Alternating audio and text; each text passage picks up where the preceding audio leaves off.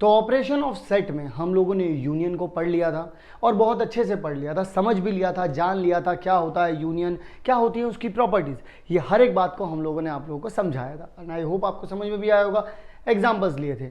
अब बात करना चाहूंगा इंटरसेक्शन की। इंटरसेक्शन देखिए जरा ध्यान से सुनिएगा, इंटरसेक्शन ऑफ सेट, जैसा कि आप लोग समझ पा रहे हैं इंटरसेक्ट जो वर्ड है वो आता ही क्या है, कॉमन होने से।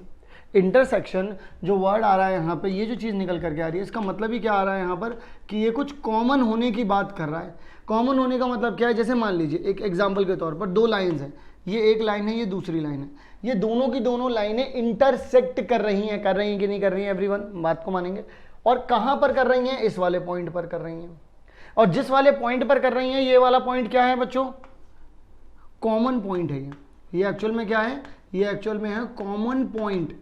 ये क्या है, common point on both line. Similarly अगर आपसे बोला जाए इंटरसेक्शन ऑफ सेट, तो इसका मतलब आप ये बोलेंगे कि दो या दो से ज्यादा सेट का एक ऐसा पोर्शन जो दो सब में ही आ रहा हो। अगर दो सेट दे रखे हैं हमें, तो एक ऐसा पोर्शन तो दोनों के दोनों सेट में ही आ रहा हो, उसे हम क्या बोलेंगे बच्चों, उसे हम बोलेंगे इंटरसेक्शन।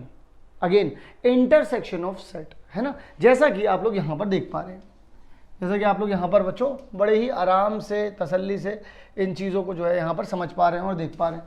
जैसा कि ये देखिए मैं इसे ब्लू कलर का कर रहा हूँ, इस वाले पोर्शन में क्या हो रहा है कि ए का भी पोर्शन आ रहा है और बी का ही पोर्शन आ रहा है। एक्चुअल में सही बात बोली जाए तो ये एक ऐसा पोर्शन है जो कि ए में भी है और बी में भी है, ए एंड बी है यहाँ पर। अगर आप यहाँ पर ध्यान से समझेंगे ए एंड बी है।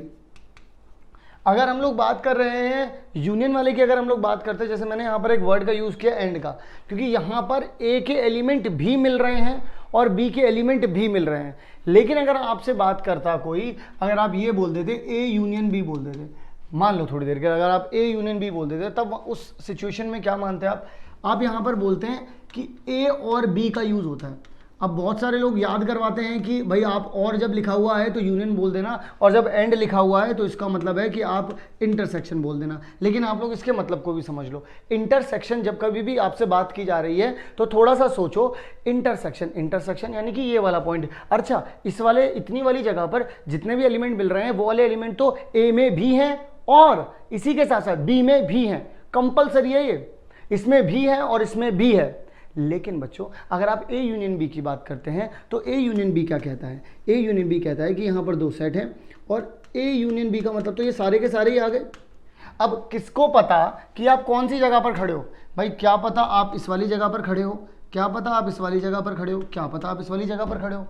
जब आप इस वाली जगह पर खड़े होंगे तो इसका मतलब क्या हो गया, इसका मतलब तो ये हो गया कि यहाँ पर तो सिर्फ ए वाले एलिमेंट मिलेंगे, यहाँ पर कौन से वाले एलिमेंट मिलेंगे, जो ए और बी दोनों में है वो वाले मिलेंगे, यहाँ पर कौन से वाले एलिमेंट मिलेंगे, जो सिर्फ बी वाले में है। इसका मतलब ये हो गया, यहाँ पर सही बोलना क्या रहेगा, ऐसे एलिमेंट जो या तो ए में हो जाए और बी में हो जाए। इसीलिए बोला जाता है जब कभी भी ए और बी की बात बोली जाए, ए यूनियन बी बोल दो या फिर ए और बी बोल दो, तो इसका मतलब आप समझ जाना कि यूनियन निकालने की बात ही हो रही है। अगर ए एंड बी बोल दिया कि find the elements from A and B, अगर एंड लगा दिया तो इसका मतलब इंटरसेक्शन, अगर और लगा दिया तो इसका मतलब क्या हो जाएगा, यूनियन। क्लियर है। चलिए जरा आगे की तरफ बढ़ते हैं और बात करते हैं, इंटरसेक्शन को थोड़ा सा और डीपली जानते हैं।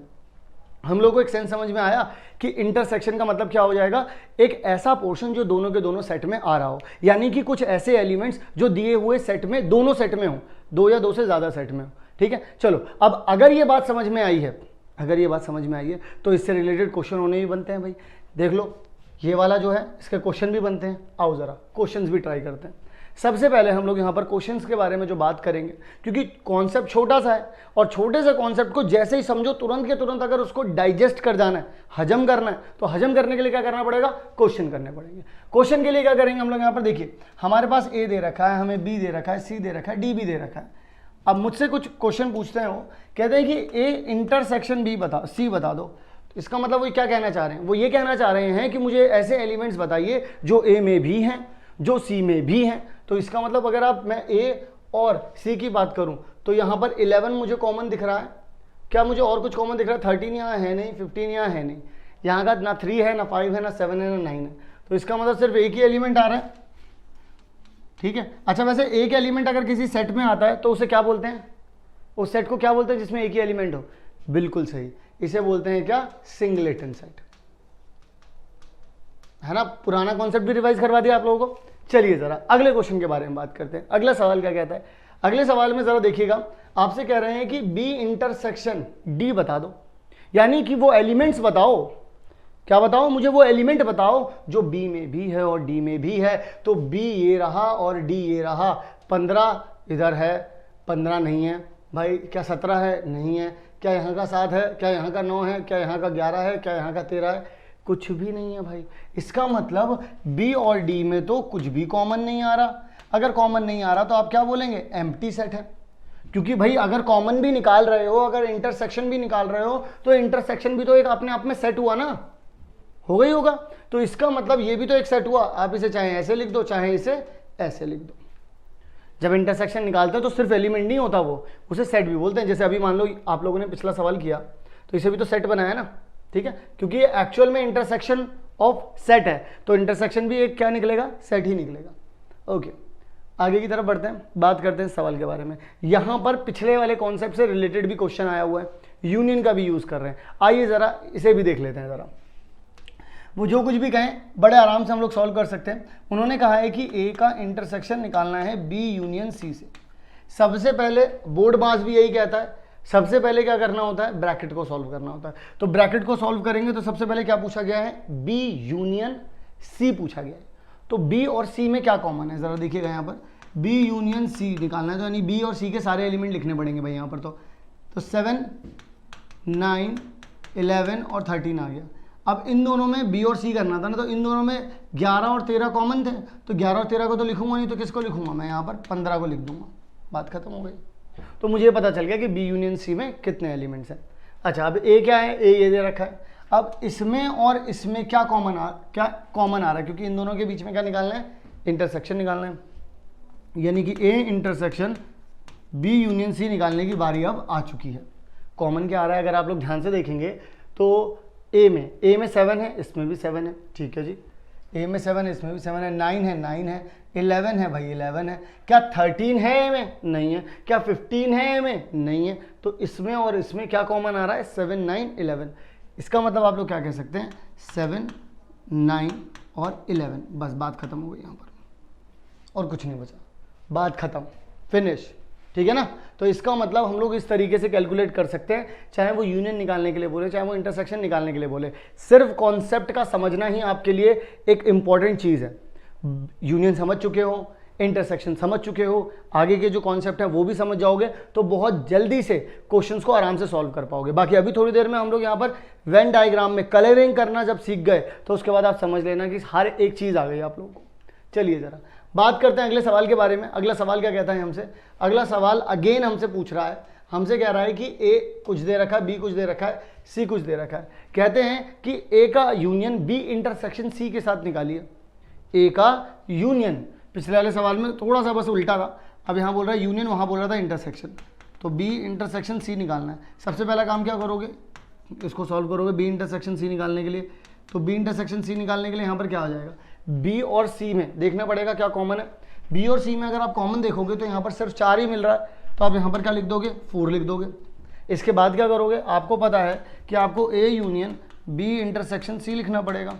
तो ए के सारे एलिमेंट आप ये जो इंटरसेक्शन है इसके साथ मिला दीजिए, यानी कि यहाँ पर तो 1, 2, 3 तो आएगा ही आएगा, ठीक है ना, और तो कुछ बचा नहीं। इस इंटरसेक्शन का साथ यूनियन करना है, तो 4 भी इसमें इंक्लूड कर लेंगे हम, बात बन गई। लीजिए, खेल खत्म हो गया यहाँ पर, सॉल्व, बस इतना आसान है ये। देख रहे हो आप लोग, समझ पा रहे हो कितना आसान है, अगर एक बार बस समझ में आ जाए तो।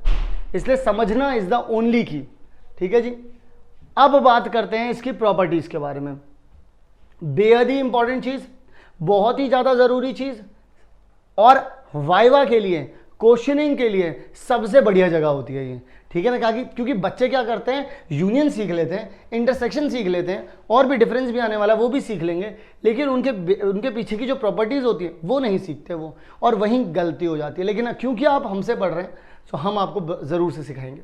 जैसा कि मैंने बोला था, कम्यूटेटिव क्या होता है, कम्यूटेटिव होता है कि जो भी ऑपरेशन दे रखा है उसमें जो इन्ग्रेडिएंट डाल रहे हो, इन्ग्रेडिएंट क्या है यहाँ पर, ए और बी 2 सेट हैं, और होने क्या वाला है यहाँ पर इंटरसेक्शन। तो क्या उनकी जगह रिप्लेस कर सकता हूँ? जी हाँ, आप कर सकते हैं। आप ए इंटरसेक्शन बी बोलें, चाहे आप बी इंटरसेक्शन ए बोलें, बात दोनों से सेम ही होने वाली है, आंसर दोनों से सेम ही आने वाला है। जो इससे आएगा वही इससे आएगा। इसका मतलब कि इंटरसेक्शन ऑफ सेट जो है वो कम्यूटेटिव लॉ के अंदर आता है। सिमिलरली एसोसिएटिव लॉ जो है, एसोसिएटिव लॉ जो है वो किसके अंडर आता है? एसोसिएटिव लॉ के अंडर आता है यहाँ पर, मतलब जो इंटरसेक्शन है वो भी एसोसिएटिव लॉ के अंडर आता है। मतलब आप दो सेट का, पहले दो दिए हुए दो सेट का इंटरसेक्शन करें, फिर तीसरे वाले के साथ करें, या फिर बाद वाले दो का करें फिर पहले वाले के साथ करें। आप जैसा भी करना चाहें आप वैसा कर सकते हैं, पूरी खुली छूट है आपको। बस आपको इतना ध्यान रखना है बच्चों, किसका ध्यान रखना है? बस आपको इतना ध्यान रखना है कि एक बार में दो करें, फिर उसके बाद तीसरा वाला चाहे बाद वाला उठा लें, चाहे बाद वाले पहले दो कर लें फिर ये उठा लें। इसे क्या बोलते हैं? Associative law. यानी कि जैसे यूनियन में पढ़ा था हम लोगों ने कि यूनियन जो होता है हमारे पास, यूनियन क्या कहता है? यूनियन कहता है कि भाई साहब मैं तो कम्यूटेटिव लॉ के अंडर भी आता हूं, मैं भी एसोसिएटिव लॉ के अंदर आता हूं। ऐसे ही इंटरसेक्शन बोलता है मैं थोड़ी ना कम हूं, मैं भी कम्यूटेटिव लॉ के अंदर आता हूं और मैं भी एसोसिएटिव लॉ के अंदर आता हूं। समझ गए भाई? चलिए जरा आगे की तरफ बढ़ते हैं। Law of phi and union, इसके बारे में भी जान लेते हैं। Law of phi and union का मतलब क्या है कि अगर आप लोग यहां पर इंटरसेक्शन निकालते हैं, लॉ ऑफ फाई रहेगा वैसे तो यहां पर, लॉ ऑफ यूनियन तो यहां पर करवाया हुआ है। लॉ ऑफ यूनियन यहां पे मैंने बता दिया, एक यहां पर सिर्फ फाई वाला है। तो लॉ ऑफ फाई में क्या है कि अगर मैं इंटरसेक्शन निकालता हूं किसी भी फाई के साथ तो मुझे इंटरसेक्शन में फाई ही मिलेगा। क्यों मिलेगा? क्योंकि फाई के अंदर तो कुछ भी नहीं लिखा है, ए के अंदर जो भी एलिमेंट लिखे होंगे। अब अगर आप ए के अंदर 5 एलिमेंट लिख दो और एक सेट के अंदर कुछ भी मत लिखो, अब उन दोनों में कॉमन निकालोगे तो क्या निकलेगा? कुछ भी नहीं। तो इसीलिए इंटरसेक्शन विद फाई कितना आता है? फाई। इंटरसेक्शन विद इटसेल्फ कितना आता है भाई? जैसे हम लोगों ने आइडेम्पोटेंट में नहीं बताया था, वो जो भी सेट लोगे, जो भी एलिमेंट लोगे उसका उसी के साथ कर लो, उसे बोलते हैं आइडेम्पोटेंट। तो जैसे वहां पर भी आइडेम्पोटेंट में क्या किया था? ए का यूनियन ए के साथ निकाला था तो ए आ गया था। सिमिलरली यहां पर आप क्या करेंगे? ए का इंटरसेक्शन ए के साथ निकालेंगे तो कितना आ जाएगा आपके पास? ए आ जाएगा। इसे क्या बोलते हैं? Idempotent law. ठीक है, मतलब आपसे कोई ये नहीं पूछेगा आइडेम्पोटेंट लॉ बताओ, आपसे पूछेगा कि इंटरसेक्शन में जो आइडेम्पोटेंट लॉ होता है क्या वो वेरीफाई होता है, क्या वो उसके अंडर आता है? तो आप बोलेंगे हाँ आता है। इसीलिए यहां पर बोलेंगे लॉ ऑफ यूनिवर्सल। तो यूनिवर्सल का तो मतलब ये हो गया कि अगर आप किसी भी एक सेट को यूनिवर्सल के साथ इंटरसेक्शन करेंगे तो आपको दोबारा से ए ही मिलना है। यहाँ पर यूनियन करेंगे, अगर आप इंटरसेक्शन करेंगे, एक मिनट, अगर आप इंटरसेक्शन करेंगे तो आपको कितना मिल जाएगा? यहाँ पर आपको ए ही मिलेगा। ओके, क्योंकि पूरी दुनिया में और उस एक सेट में कॉमन क्या हुआ? वो एक सेट कॉमन हुआ। ठीक है बच्चा लोग, क्या आप लोगों को यहाँ तक की बात बहुत अच्छे से क्लियर है? अगर आप लोगों को यहाँ तक की बात बहुत अच्छे तरीके से क्लियर हो गई है तो अब हम लोग आगे की तरफ बढ़ सकते हैं और बात कर सकते हैं अपने अगले टॉपिक के बारे में, क्योंकि हम लोगों ने यूनियन और इंटरसेक्शन एक बहुत ही इंपॉर्टेंट दो कॉन्सेप्ट थे हमारे जो हम लोगों ने सीख लिए। अब जो आने वाले कॉन्सेप्ट हैं वो और भी ज़्यादा ईजी हैं, मज़ा ही आ जाएगा आप लोगों को। और जब ये सब कुछ आप सारे ऑपरेशन सीख लोगे उसके बाद आएंगे हम लोग हमारी वर्ड प्रॉब्लम पर। तो आई होप आप लोगों को यहाँ तक की सारी चीज़ें क्लियर हो गई होंगी। अब अपन लोग बढ़ते हैं आगे की तरफ।